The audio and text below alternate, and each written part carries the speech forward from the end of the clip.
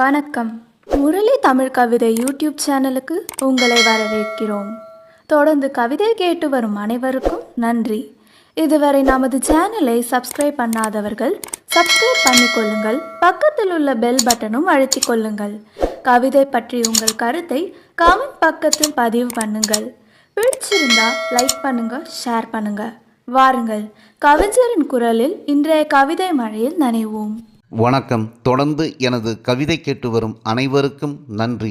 இன்றைய நம் காணொளியில் போர் நிறுத்த அறிவிப்புக்கு பின் தன் நாட்டிற்கே திரும்பி வரும் காசா மக்களுக்காகவும் அவர்களின் எண்ண ஓட்டத்திலும் எழுதப்பட்டது இந்த கவிதை. வாருங்கள், கவிதைக்குள் செல்வோம். வருகிறார்கள் தாய்நாட்டிற்கே, வேக வேகமாக வருகிறார்கள்.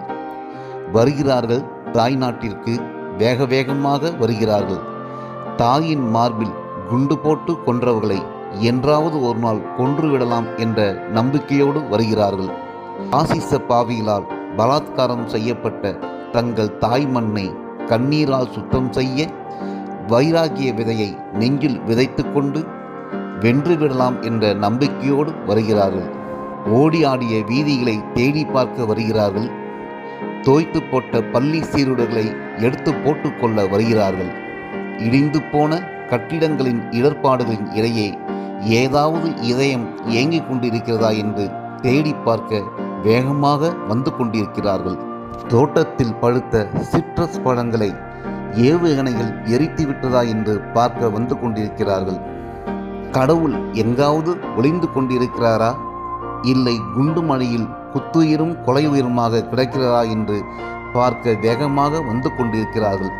அவர்களுக்கு தெரியும், நம் மண்ணை மிதிக்கும் மகிழ்ச்சி நிரந்தரம் இல்லை என்று. அவர்களுக்கு தெரியும், நம் மண்ணை மிதிக்கும் மகிழ்ச்சி நிரந்தரம் இல்லை என்று. என்றாவது ஒரு நாள் மகிழ்ச்சி தங்கும் என்று கண்ணில் கனலும் நெஞ்சில் உரமும் கொண்டுதான் வருகிறார்கள். என்றாவது ஒரு நாள் மகிழ்ச்சி தங்கும் என்று கண்ணில் கனலும் நெஞ்சில் உரமும் கொண்டுதான் வருகிறார்கள். ஏகாதிபத்தியத்துக்கு தான் தெரியவில்லை, ஏகாதிபத்தியத்துக்கு தான் தெரியவில்லை அவர்கள் குண்டு போட்டு கொன்று குவித்தது உடல்கள்தான் என்று. எண்ணங்கள் விதைக்கப்பட்டிருக்கிறது. குருதி புனலில் மீண்டும் மீண்டும் முளைத்து எழும். ஏகாதிபத்தியத்தை ஏப்பம் விட்டே தீரும். எண்ணங்கள் விதைக்கப்பட்டிருக்கிறது. குருதி புனலில் மீண்டும் மீண்டும் முளைத்து எழும்.